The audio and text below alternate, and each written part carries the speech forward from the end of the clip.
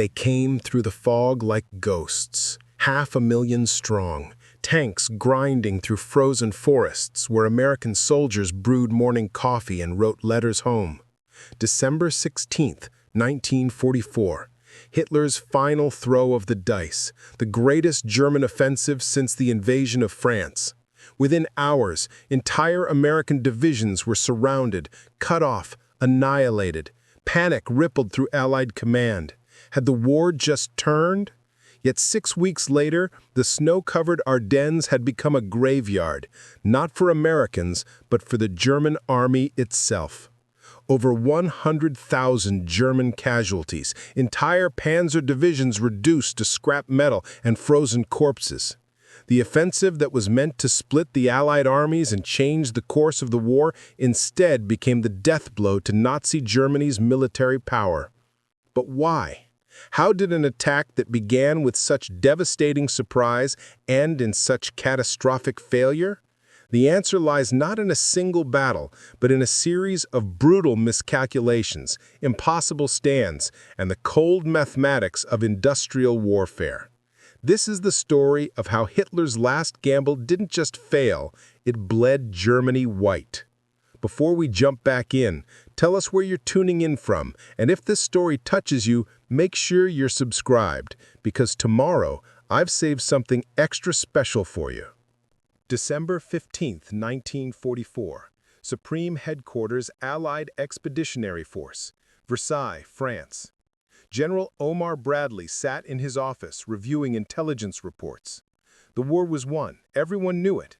Paris had been liberated in August. The Allies stood on the German border.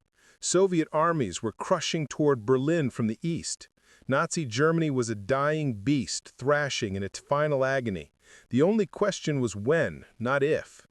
Bradley's staff officers shared this confidence. They spoke of Christmas in Germany, perhaps even Berlin by spring. The 12th Army Group, Bradley's command, stretched across a front of over 200 miles, from the Netherlands down through Belgium and Luxembourg. In the center, along a quiet sector called the Ardennes, his forces were thin.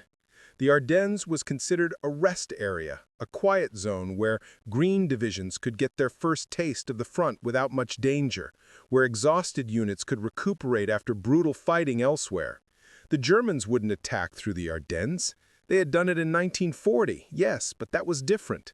Then they had fuel, they had surprise, they had a French army that collapsed at the first blow. Now, in late 1944, Germany was on its knees. Their cities were burning under Allied bombers. Their armies were in retreat on every front. An offensive? Here? Impossible. The terrain alone made it absurd. The Ardennes was a region of dense forests, steep hills, narrow roads, and deep ravines. In winter, it became a frozen nightmare. Tanks would bog down. Supply columns would stretch for miles on single-lane roads. Any attack would funnel into predictable kill zones. No competent commander would choose such ground for an offensive. But intelligence officers missed something crucial. Desperation makes men do impossible things. And Adolf Hitler was nothing if not desperate. Unknown to Bradley, unknown to anyone in Allied command, Hitler had been planning this offensive for months. Operation Wacht am Rhein, Watch on the Rhine. The name itself was deceptive, suggesting a defensive operation.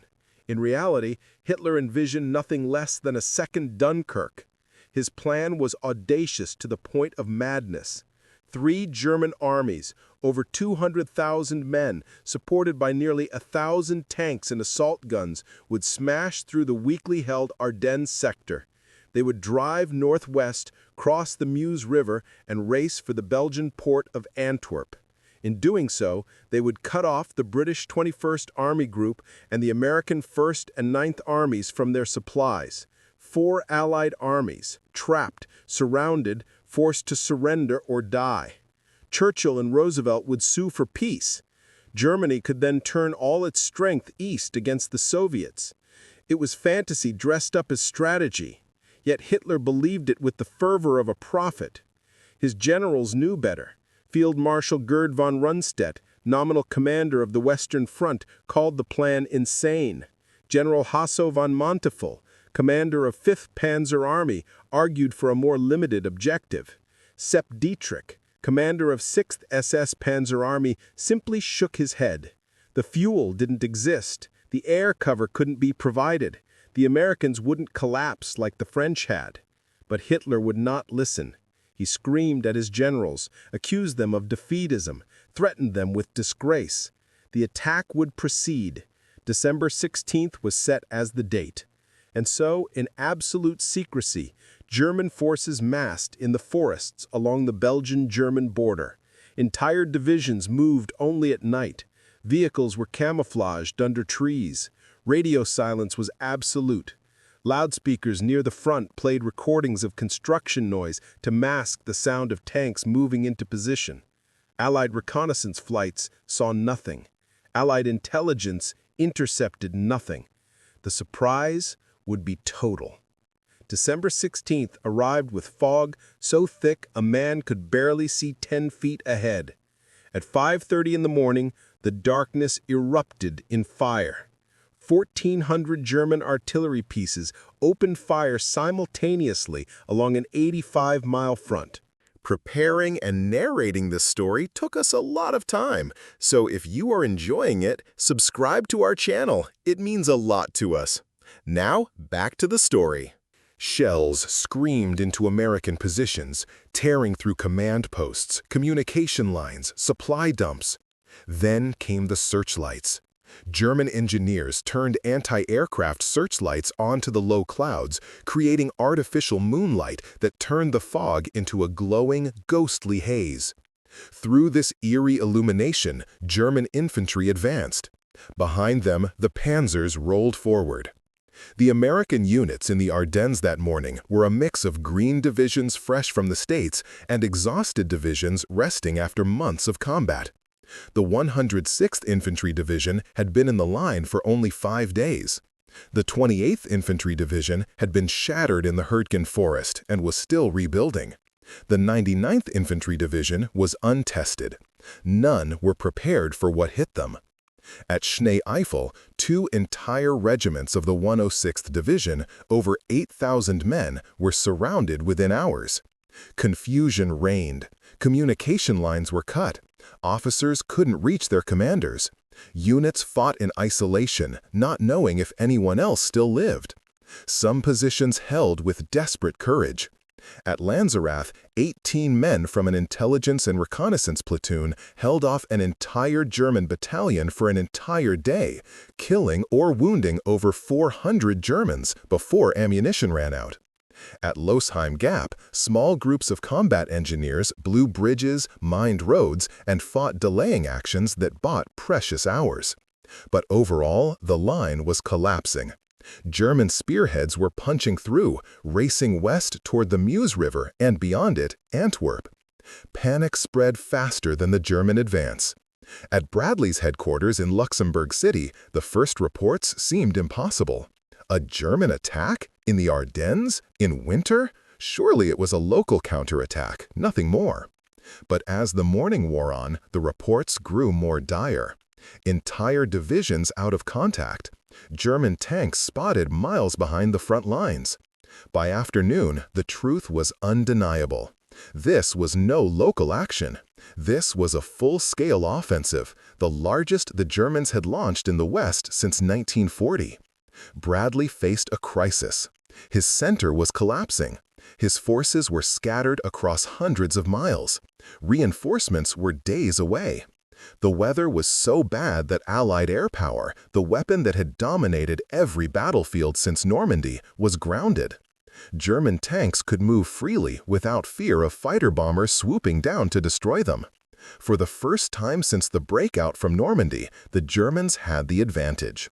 Yet even in those first chaotic hours, the seeds of German failure were already planted. Hitler's plan required speed above all else.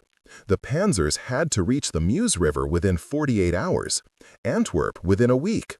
Anything less, and the Allies would have time to shift reserves, establish new defensive lines, bring their overwhelming superiority in men and material to bear. But speed requires fuel, and fuel was something Germany no longer had. The panzer divisions had been given enough fuel to travel perhaps 60 miles, maybe 80 if they captured Allied fuel dumps intact. After that, they would have to rely on captured American supplies. This was not a plan. This was a prayer. And prayers don't win wars. Meanwhile, the German infantry, advancing on foot through frozen forests and deep snow, could not keep up with the tanks. Gaps opened, flanks were exposed. American units that had been bypassed in the initial rush now found themselves behind German lines, able to strike at supply columns, disrupt communications, create chaos. The German advance, so terrifying in its initial hours, was already beginning to fray at the edges. At the village of Butgenbach, the American 2nd Infantry Division rushed south from the Ruhr dams, established a defensive line. At Elsenborn Ridge, the 99th Infantry Division, green troops who had never seen combat a week earlier, held their ground against repeated German assaults. At Malmedy, a convoy of American soldiers was captured and murdered by SS troops. 84 men shot down in a field. The massacre would harden American resolve. Mercy would be scarce in the days ahead.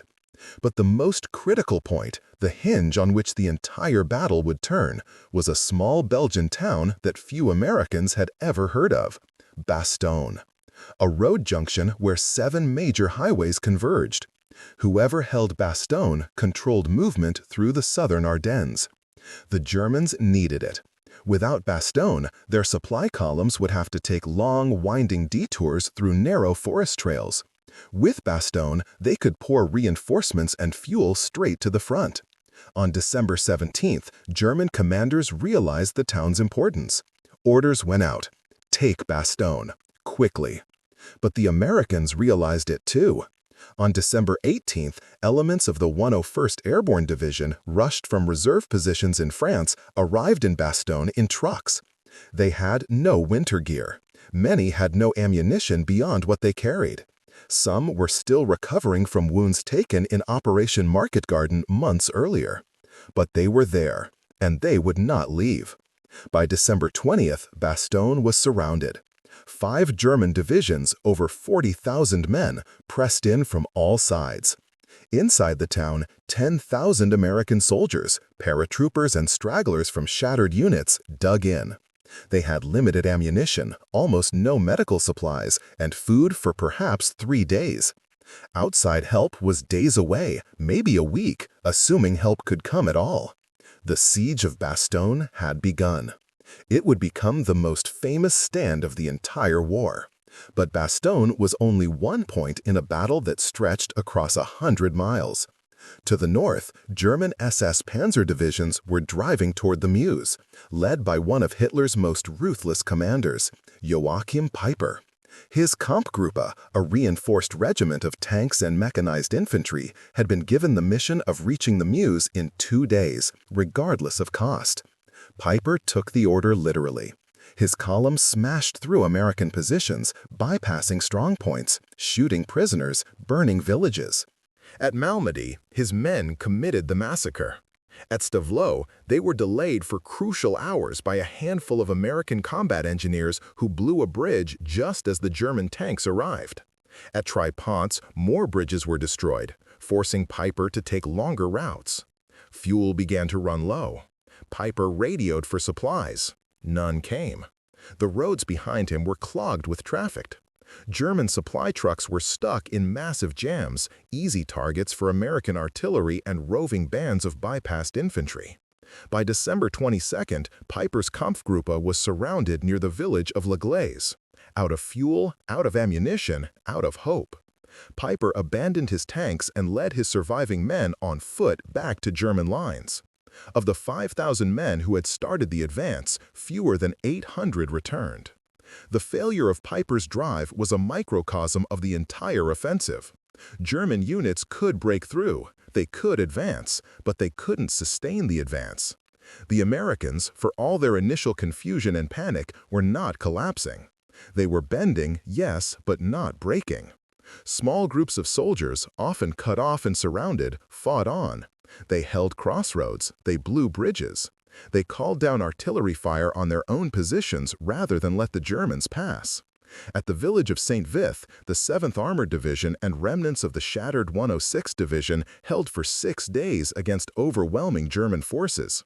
When they finally withdrew on December 23rd, they had delayed the German advance long enough for Bradley to shift his reserves into position. The Germans took St. Vith, but by then it no longer mattered.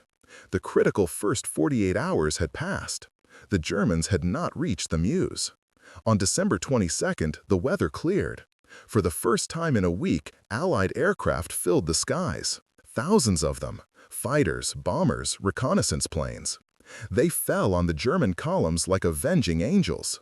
Tanks exploded, trucks burned, supply dumps disappeared in sheets of flame. German soldiers, who had grown used to moving without fear of air attack, now dove for cover every few minutes as another wave of fighter bombers roared overhead. The roads became killing zones. At Bastogne, the clear skies meant something else: supply drops. American transport planes flew over the encircled town, dropping ammunition, medical supplies, food. Parachutes blossomed in the winter sky like flowers. The defenders cheered. They could hold. They would hold. On December 26th, General George Patton's Third Army, driving north from Luxembourg, smashed through the German lines south of Bastogne. Patton had done the impossible. In less than 48 hours, he had disengaged 3 entire divisions from combat, turned them 90 degrees, and sent them driving through a blizzard to relieve the besieged town. At 4:45 in the afternoon, lead elements of the 4th Armored Division broke through to Bastogne. The siege was over, but the battle was not. For 3 more weeks, the fighting would rage across the Ardennes. The Germans, realizing their offensive had failed, tried to hold what they had gained. Hitler refused to allow retreat. Every hill, every village had to be defended to the last man. German casualties mounted. American casualties mounted. The snow turned red.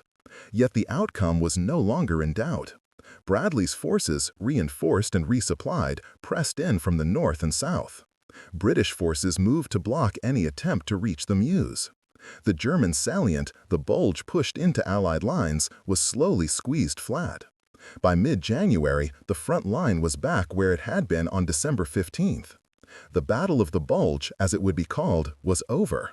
Germany had gambled everything and lost. The cost was staggering.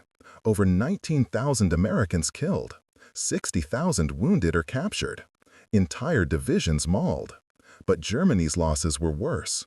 Over 100,000 casualties, 600 tanks destroyed, 1,100 aircraft shot down, and most critically, fuel and ammunition that could never be replaced.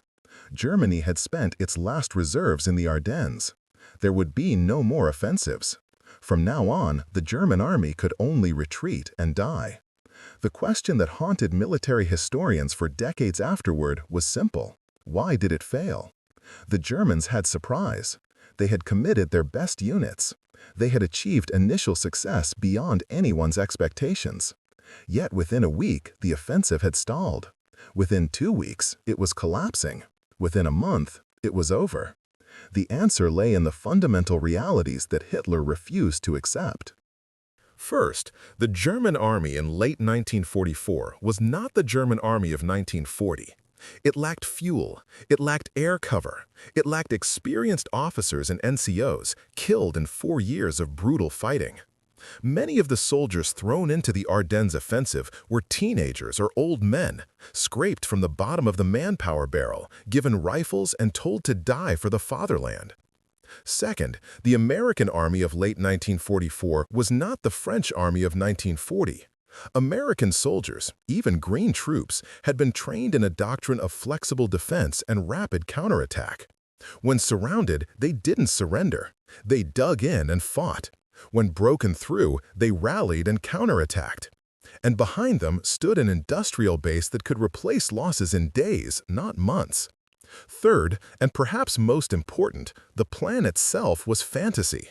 Reaching Antwerp required driving over 100 miles through enemy territory in winter, across rivers, through forests, against an enemy that had overwhelming superiority in artillery and total dominance in the air.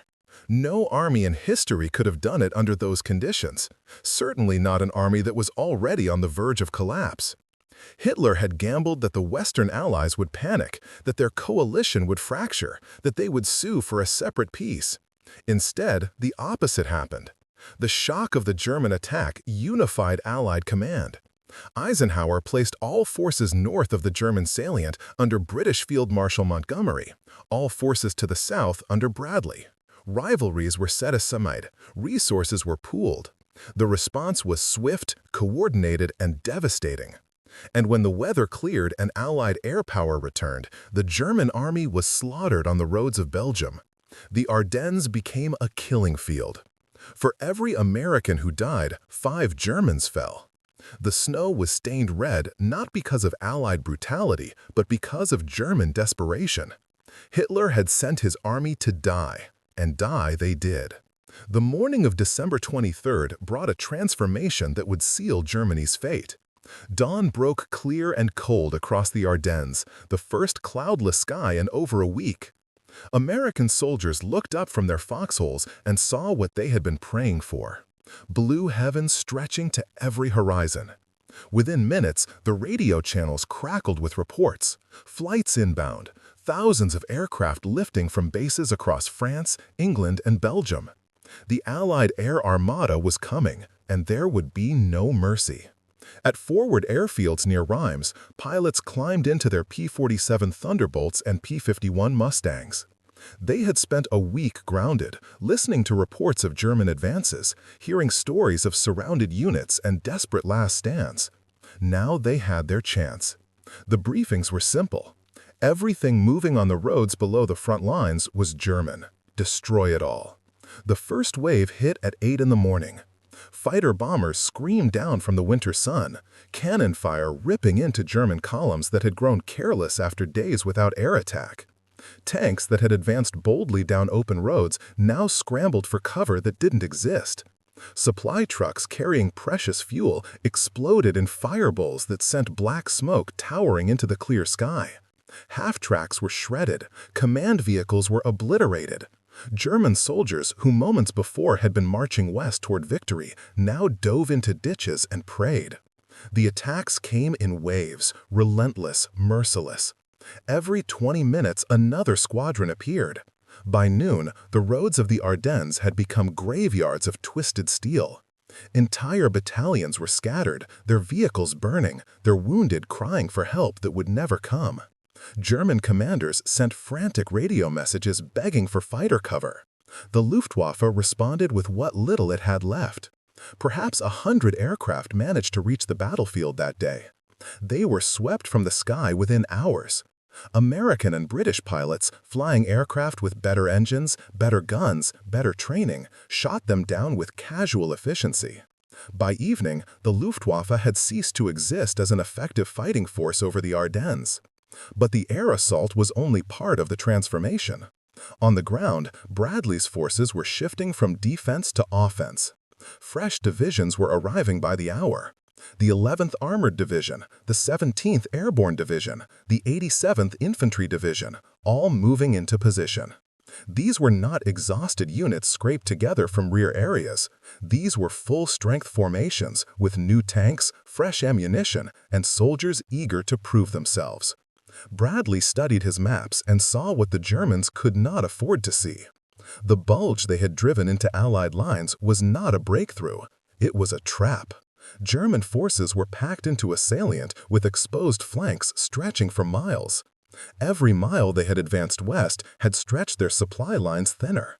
Now those supply lines were being hammered from the air, while American forces pressed in from north and south. The German commanders saw it too. Field Marshal Model, commanding Army Group B, sent increasingly desperate messages to Hitler's headquarters. The offensive had failed. Withdrawal was necessary to save what remained of the army. Hitler's response was predictable: no retreat. Every meter of ground would be held. Every soldier would fight to the death. Victory was still possible if the troops only showed sufficient will. Model read the message and understood that he was watching the destruction of forces that could never be replaced. His protests were ignored. Orders were orders. The attack would continue. At Bastogne, the relief by Patton's Third Army on December 26th did not end the fighting. It ended the siege, yes, but the town remained under pressure from German forces determined to cut the corridor Patton had opened. For 10 more days, the battle raged around the shattered town. German units threw themselves against American positions with a desperation born of knowing they had already lost. The 101 Airborne, no longer surrounded but still holding the town itself, fought off attack after attack. Artillery duels shook the frozen ground. Tank battles erupted in fields and forests. Villages changed hands multiple times in a single day, each side leaving behind piles of frozen corpses. In these battles, the character of the American soldier revealed itself. These were not professional warriors in the European sense. Most were civilians barely a year removed from farms, factories, and offices. Yet they fought with a grim determination that German veterans found shocking. Surrounded American units refused to surrender. When overrun, they fought hand-to-hand rather than raise their hands. When their officers were killed, sergeants took command. When sergeants fell, privates led. There was no tradition of noble surrender in the American army, no concept of honorable defeat. You fought until you won or until you died. Anything else was unthinkable. The Germans, by contrast, were discovering that years of Nazi indoctrination had not prepared them for this kind of war. They had been taught that willpower could overcome material disadvantages, that spirit mattered more than logistics, that one German soldier was worth 10 Americans. Now they were learning the bitter truth. Willpower meant nothing when your tank had no fuel. Spirit did not stop artillery shells. And the American soldier, far from being soft and decadent, was proving to be as tough as anyone the Wehrmacht had ever faced.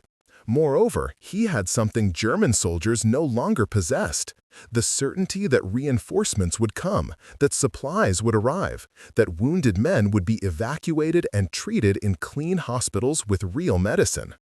By early January, the mathematics of attrition were undeniable. Every German division committed to the Ardennes was being ground down. Tank strength dropped from hundreds to dozens to handfuls. Infantry regiments that had attacked with 3,000 men now counted their survivors in hundreds. Artillery batteries fell silent as ammunition ran out. Medical units were overwhelmed, operating on soldiers in barns and cellars with dwindling supplies of morphine and bandages. And still Hitler demanded that the attack continue. On January 3rd, he authorized a new offensive, Operation Nordwind, in Alsace to the south. It was madness compounded by desperation.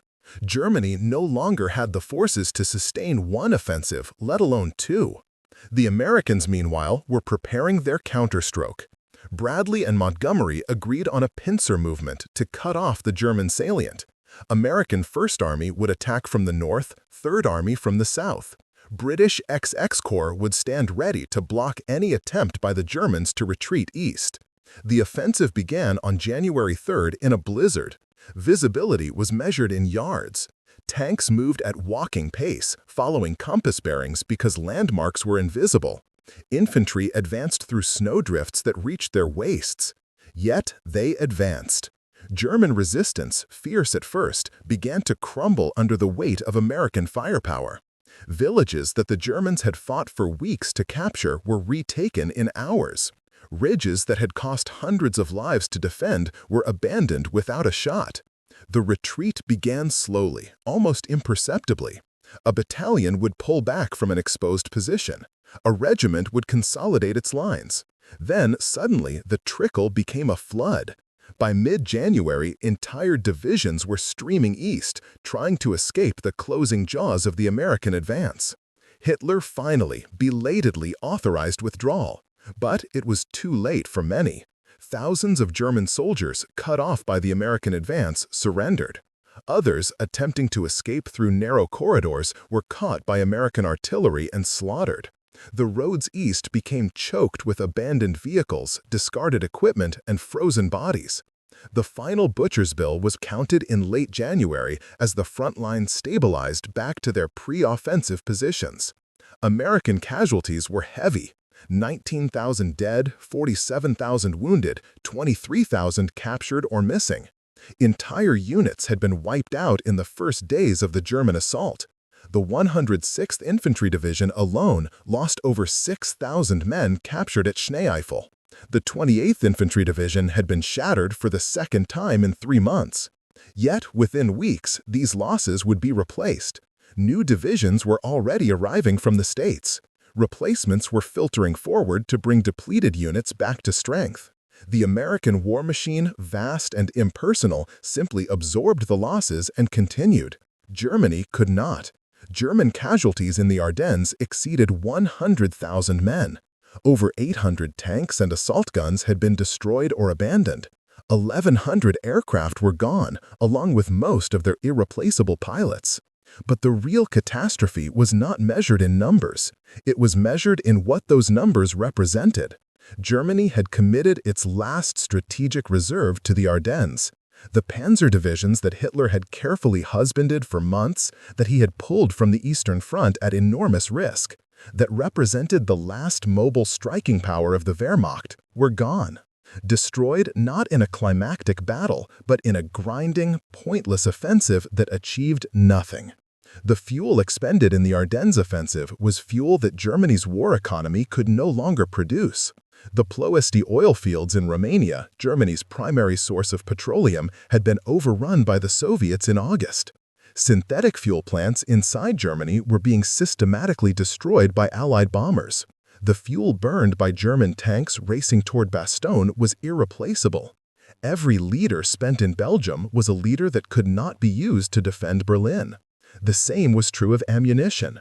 German factories were still producing shells, but not enough to replace what was being expended. The artillery barrages that preceded each German attack in the Ardennes were paid for with shells needed on the Eastern Front, where Soviet armies were massing for their final offensive into Germany itself. Perhaps most critically, the Ardennes offensive destroyed whatever remained of German strategic mobility. The panzer divisions, even in their weakened state, had represented a force that could be shifted rapidly to threatened sectors, that could counterattack breakthroughs, that could delay enemy advances. After the Ardennes, they no longer existed as effective units. Some divisions had been reduced to a dozen operational tanks. Others had lost so many experienced crews that the replacements, boys of 16 and 17 with a few weeks of training, could barely operate their vehicles. From January onward, the German army would fight as it had not fought since the earliest days of the war. Static defense, linear positions. No reserves, no counterattacks, just hold and die. The psychological impact was equally devastating. German soldiers who had believed in final victory, who had trusted that their leaders had a plan, who had thought that new wonder weapons would turn the tide, now knew the truth. Germany was going to lose. The Ardennes had been Hitler's promised knockout blow, the offensive that would split the Allies and change everything. It had failed completely. If the greatest offensive Germany could launch ended in such catastrophic defeat, what hope remained? Desertion rates began to climb. Units that had fought with fanatical determination in earlier years now surrendered after token resistance. Officers who had once led from the front now looked for excuses to avoid combat. In contrast, the American army emerged from the Ardennes with renewed confidence. Yes, they had been surprised. Yes, they had suffered heavy casualties, but they had not broken. Green divisions had held against veteran panzer units. Surrounded forces had fought on rather than surrender. And when the crisis passed, they had counterattacked with overwhelming force and driven the Germans back. The lessons learned in the Ardennes would shape American tactical doctrine for the rest of the war. Small unit initiative, flexible defense, combined arms cooperation. These became the hallmarks of American operations in the final months of the war. Bradley himself learned crucial lessons. He had been caught off guard by the German offensive, a failure of intelligence that could have been catastrophic.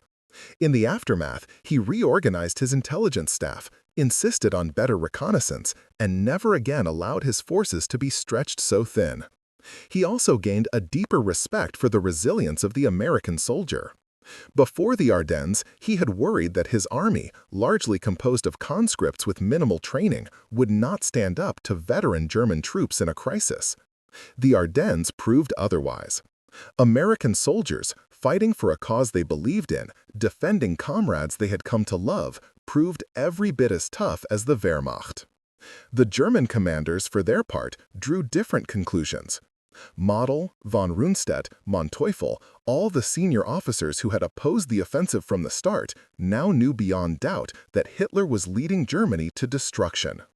His refusal to accept reality, his insistence on holding untenable positions, his belief that willpower could substitute for resources, all of it guaranteed defeat. Some began to think the unthinkable. Perhaps Germany would be better off if Hitler were removed. The July 20th bomb plot had failed, its conspirators executed, but the sentiment that had driven it was growing. Germany needed to end the war before there was nothing left to save. Yet even as these thoughts spread through the officer corps, the machinery of Nazi control kept the army fighting. SS units were stationed behind regular Wehrmacht formations with orders to shoot anyone who retreated without permission. Military police hung deserters from lampposts as examples. Propaganda ministers screamed about miracle weapons that would arrive any day. The regime, sensing its own doom, tightened its grip and demanded total sacrifice. The result was that Germany fought on, not because there was hope of victory, but because the alternative was individual death at the hands of one's own side. Meanwhile, the war moved into its final phase. Soviet forces launched their winter offensive on January 12th, smashing through German defenses in Poland and East Prussia. Within weeks, they would be on the Oder River, barely 50 miles from Berlin. In the west, Allied armies prepared to cross the Rhine. The noose was tightening. Germany was being crushed between two massive millstones, and there was no escape. The Ardennes offensive had been Hitler's attempt to knock out one of those millstones, to force the Western Allies to negotiate. Instead, it had hastened Germany's collapse. By February, as the snow began to melt in the Ardennes forests, the full scope of the disaster became clear. The fields were littered with destroyed equipment. Thousands of bodies, German and American both, lay frozen where they had fallen, awaiting burial details. Villages were heaps of rubble. Roads were cratered by artillery. The Ardennes, which had been a quiet backwater in early December, had become a landscape of desolation. And for what? Germany had gained nothing. Worse than nothing. The offensive had consumed resources desperately needed elsewhere, had destroyed forces that could never be rebuilt, had shattered any remaining confidence in German victory. Historians would later calculate that the Ardennes offensive shortened the war by at least 2 months. By committing and losing its strategic reserve in a futile offensive, Germany removed any possibility of prolonged resistance. The Wehrmacht divisions that might have slowed the Soviet advance to Berlin were destroyed in Belgium. The fuel that might have powered a defense of the Rhine was burned on the roads to Bastogne. The ammunition that might have sustained a last stand was expended in attacks that achieved nothing. Hitler had gambled everything on one roll of the dice. The dice had come up snake eyes, and Germany would pay the price. For the American soldiers who had fought through those terrible weeks, the memory would last a lifetime. The cold that froze flesh in minutes, the constant fear of being surrounded, the sight of friends torn apart by shell fire, the exhaustion that made men hallucinate. Yet they had endured. They had held when holding seemed impossible. They had fought when fighting seemed futile. And they had won.